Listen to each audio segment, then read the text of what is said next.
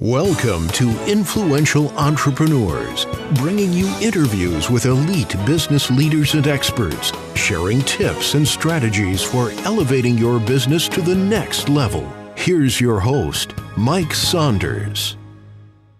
Hello and welcome to this episode of Influential Entrepreneurs. This is Mike Saunders, the Authority Positioning Coach.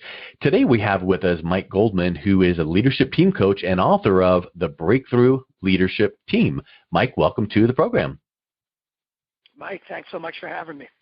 Hey, you're welcome. So I'm excited. I always love talking to people about their book, their creation, because I'm certain that you didn't write that in a weekend. It's been a labor of love, and it's like a culmination of some of the maybe even struggles you've had in your career over the past and refined techniques. So I always love to hear that journey. But start off telling us a little bit about your background and then what led you to your coaching firm. Yeah, I appreciate that. I've been coaching and consulting for 30 plus years now. Started way back. Spent the first half of my career working for big consulting firms. One is now called Accenture, but they were actually part of a company called Arthur Andersen way back when I worked for them. Then worked for a company called Deloitte. So the first half of my career was big Fortune 500 companies doing typical management consulting. The second half of my career has been more entrepreneurial, my own business, where I work with more smaller and mid-market companies. My focus as a leadership team coach is I work with the CEOs one-on-one and most importantly the leadership team as a group to help them build great companies where people want to, come work and feel fulfilled. So that's what I do, and the idea for the book really came about a year and a half ago. Yes, it did take me a little bit longer than a weekend to write it. Yep. About a year and a half ago was, just realizing, I always thought about what I do is, I help companies grow. And then I woke up one morning and I said, what I really do is I help build great leadership teams. That's what I do. And there was no magic in that. I kind of knew I did that, but I never put it that way. And I'm a big reader. I read about a book a week. So I said, if what I do is build great leadership teams, I probably ought to read a few books on that, because I don't ever remember reading a book specifically about structuring and building a great leadership team. Got on Amazon, could not find one book solely focused on, tons of leadership books, tons of team building books, nothing specifically about building a great leadership team. So I said, crap, I guess I've got to write that book. Yep. And that's where the book came from. Well, that same story you hear on Shark Tank about every other episode. Hey, so what made you start building the whatever widget that you're pitching today? And they're like, well, I needed this. I couldn't find it. So I thought I'm going to go out the garage and make it. And here we are. So yeah, that you're just doing that in the leadership development world. And to your point, like you said, boy, leadership, that's a pretty vast red ocean, as they say, with a lot of competitors, but the blue ocean might be structuring your leadership team. So let's dive into a couple of the points in the book, because I think that because it's kind of a unique approach to leadership, one of the points that you talk about here in Chapter 4, I see on your table of contents, defining the right culture. Tell us a little bit about leadership culture. Yeah, and it's one point of many in the book, but it's such an important one today that diving deep there makes a lot of sense. And, culture really becomes about the personality of your organization, and it's so important. And the companies that I work with, when we start out and we're talking about their culture, they want to figure out, how do I build a company culture? How do I fix my company culture?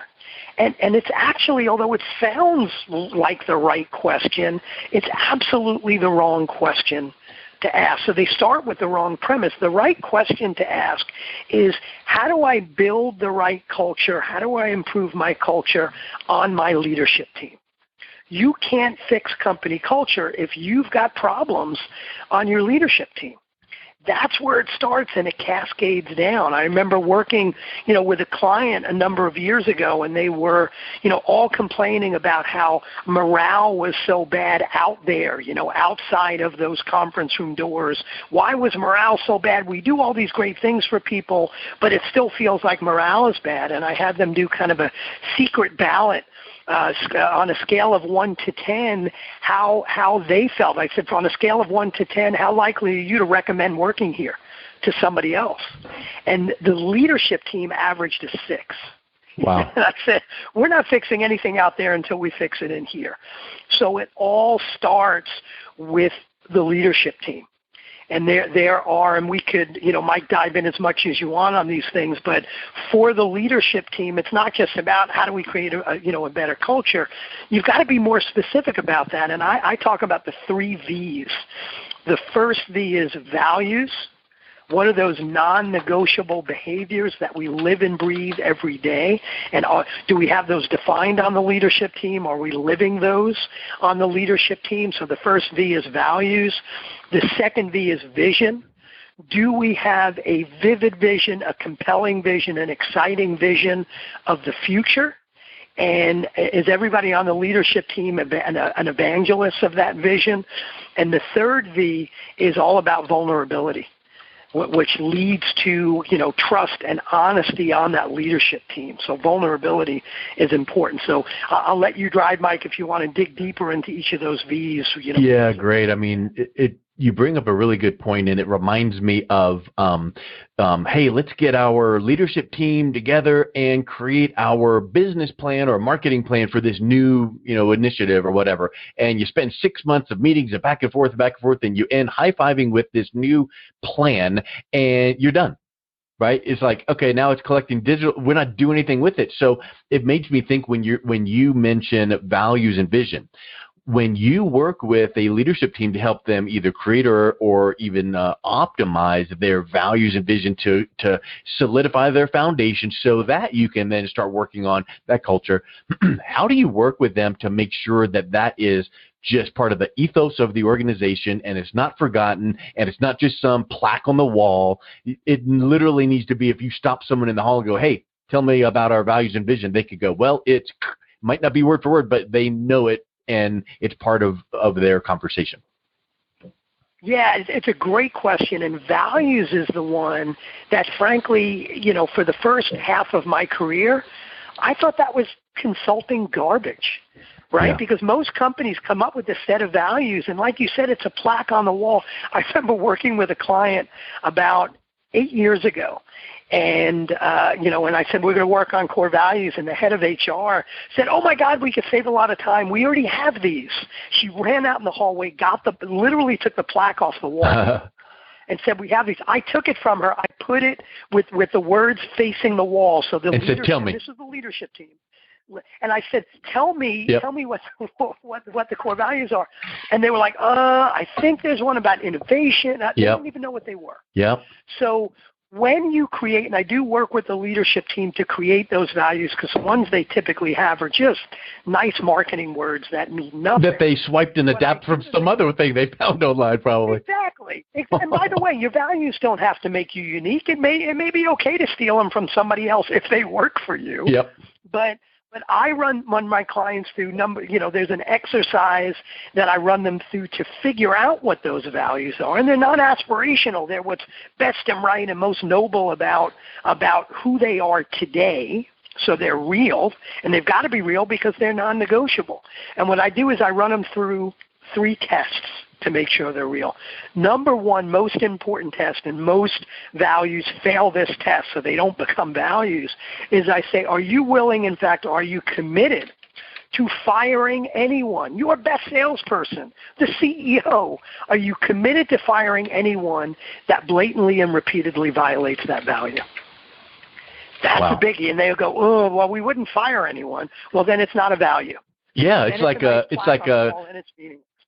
a should have, but not a must have. Yeah, and what it becomes is an excuse to fire people you don't like that aren't doing a good job. But man, you're not going to hold your top salesperson to that value because they're bringing in a lot of money. Well, then it's not a value. So number one, is it a fireable offense? That's the first test. Second test is, are you willing to take a financial hit to uphold that value? If you have a value that says we treat everyone like grandma, right? If you wouldn't say it to your grandmother, you're not going to say it to each other. We treat everyone with incredible respect. And you've got a client that's sending you a lot of money every week, but is treating your people like garbage. They're cursing people out on the phone. They're treating them with a lack of respect. And you've got someone comes to you, wait, I thought we had respect was a value. We treat everyone like we treat grandma. That's a value. And yet you're allowing this customer to treat me this way. Yeah, but they're bringing us a lot of money. Yeah. Okay, then it's not a value. Yeah. So number one, is it a fireable offense? Number two, are you willing to take a financial hit? Number three is it alive in the organization today? Because again, if it's non-negotiable and it's a fireable offense, it can't be aspirational, or you'd have to fire half the company tomorrow. So those are things that make them real. And then you've got to say, once we understand, these are really our values, now you've got to live them. And it's not just a matter of putting them on a T-shirt or putting them on a plaque on the wall. Is it part of your hiring process? Is it part of your performance evaluation and planning process? When you give informal feedback, are you relating that feedback to a value? Are you saying great job in that meeting? Or are you saying great job, that was an incredible example of our collaboration core value? Or, hey, the way you acted on this project, I got to tell you, you really, you violated our respect core value, a whole bunch of times, and that's a big problem. You've got to make it real for folks so it's not just a plaque on the wall. Well, and it kind of reminds me of like the medical TV shows we see where, they'll do like M&M, where it's like something happens and all the doctors get in the room and they're like, okay, here's what happened. What could we have done different? How can we learn from this? And I think that's in some cases what needs to happen in an organization, but it's not like a finger pointing and shaming of someone. And I thought of this too about the plaque on the wall. It could be something as simple as this, and I know this is not groundbreaking, but I have a client that does like $18 million a year in business and environmental services, and they've got their mission and vision and values on their wall, but every quarter in their weekly Monday afternoon status meetings where everyone's there giving updates, every quarter they'll go, okay, let's grab our, Tom, I want you to read our mission. Okay, Betty, I want you to read the value, and then they talk about things. So I think that how can you make it, first and foremost on your mind? Quarterly at least is better than never. So how are some ways that an organization that you would advise to make sure that once you've created them really becomes part of the organization and on the forefront of their mind? One of the best ways to do it is to tell stories. Yeah. Is at the beginning of your weekly meeting or your monthly meeting or your town hall, is to tell stories. And I wouldn't suggest, some companies, we're going to do an employee of the month. And that employee of the month kind of stuff, even if you relate it back to values, let's be honest. If you were truly giving an employee of the month, the same 2 or 3 employees would win it every month. Yep. And what winds up happening, it becomes, who didn't we give it to yet? Who do we need to make feel good? So it's not about awards. It's about telling stories. And those stories should not just be told by the CEO, although that's great, and the CEO really does own the culture. It's not something you delegate to HR. The CEO owns it, so they should be telling those stories. But the story should also come from everybody else, all of the team members saying, hey, I got to tell you, Susan, was an amazing example of living the core values last week when I was out because my mother was sick and she took care of my clients and she really jumped in. It's about stories. And again, more than anything, it's about that informal feedback, the pats on the back, the kicks in the butt, relate them back to the values and relate them back. We haven't talked about vision much yet, but relate them back to the vision. And when I say vision, I don't mean, vision is, again, it's not this beautiful, plaque on the wall with the sentence of, we will be number one in all of our markets and our shareholder value will blah, blah, blah, you'd throw up all over the place. The vision is kind of, a vivid vision of 3 years out, right? And it goes further out than that. There's your big, hairy, audacious goal to 30 years out. But this vivid vision of here's what the world is going to look like. Here's our purpose as an organization. Something that would draw you toward that. Yeah, what you're going to do with your vision, and the values work to some degree in this way too, your vision should attract the right employees, the right customers, the right vendors to you. If someone doesn't believe in your vision, either they don't believe in your core purpose, which is your why, or they don't believe in your long-term flag on the mountain, big, hairy, audacious goal, or they don't believe in your 3-year, here's where we're going to be 3 years from now. If they don't believe in any of that stuff, that doesn't make them bad people. Just like if they're not living the core values, it doesn't make them bad people, but it makes them a bad fit for your organization, and that's fine. You're going to repel those people who don't believe what you believe. That's fine.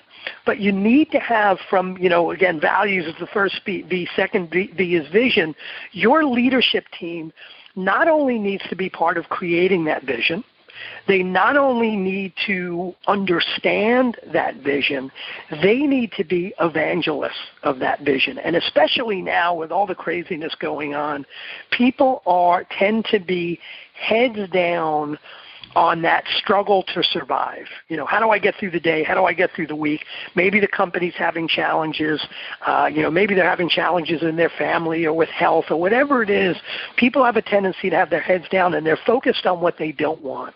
They're focused on what if all of these bad things, and that causes stress and overwhelm and frustration and maybe even depression.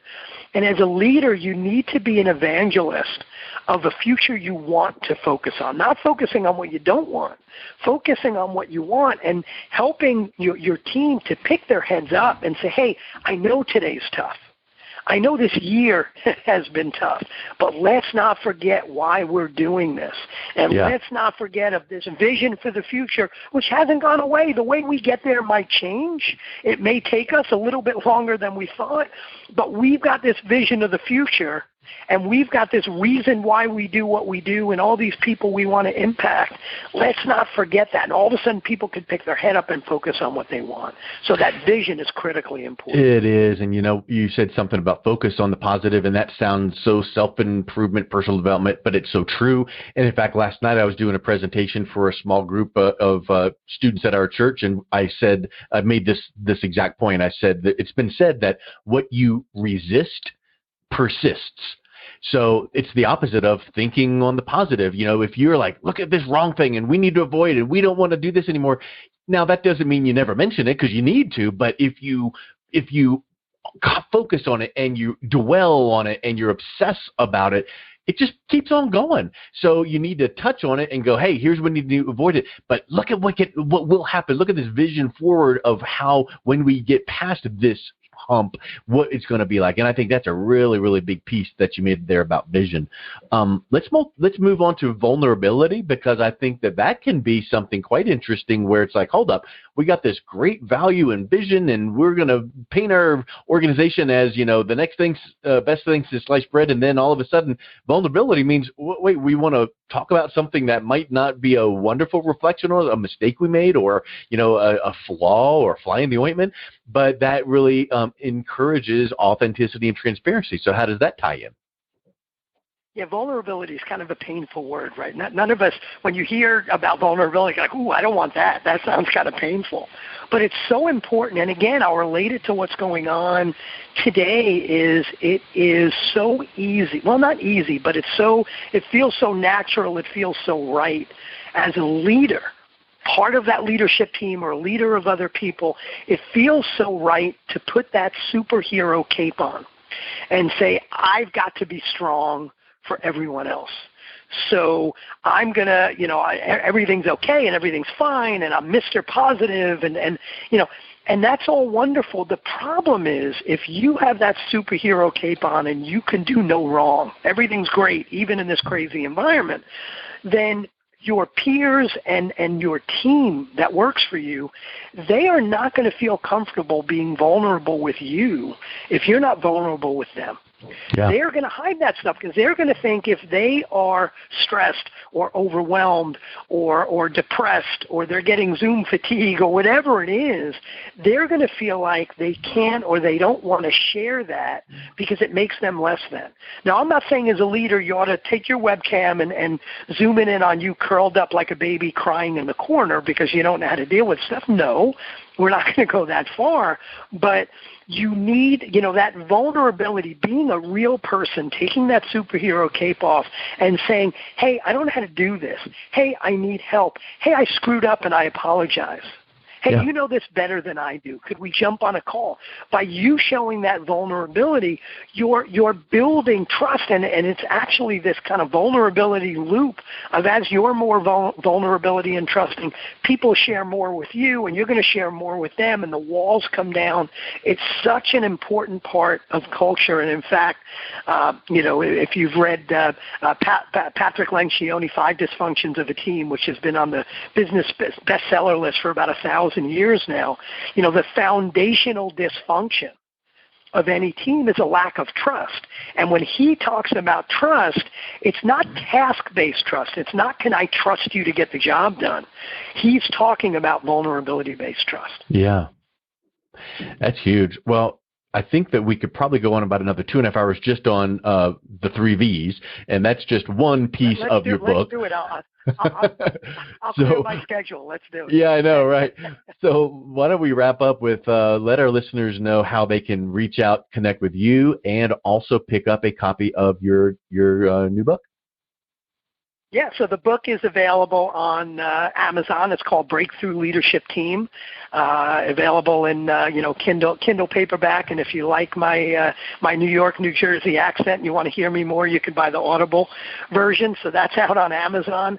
My website is mike-goldman.com. And what I want to, offer your listeners as well is if you go to yet another website, breakthroughleadershipteam.com, you'll find some information about the book, but most importantly, you'll find a link to something called the Breakthrough Leadership Team Assessment. And that's a free assessment you can take. The 3 V's we just talked about in culture is one part of the assessment, but the assessment covers mastering self-leadership and finding the right people and how you structure your team and how you execute, how you learn and develop as a team. Culture is just one of 6 key areas. But if you want to assess how your team is doing and where your opportunities areas are, go to breakthroughleadershipteam.com and you can take that assessment. Well, I will make sure to include that into the show notes. And if you liked hearing about what Mike had to say about leadership and teams and his book, I encourage you to pick it up, take that assessment.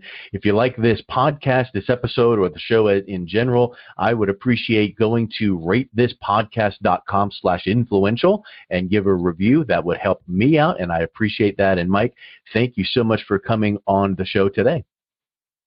Mike, thank you very much. It was great. You've been listening to Influential Entrepreneurs with Mike Saunders. To learn more about the resources mentioned on today's show or listen to past episodes, visit www.influentialentrepreneursradio.com.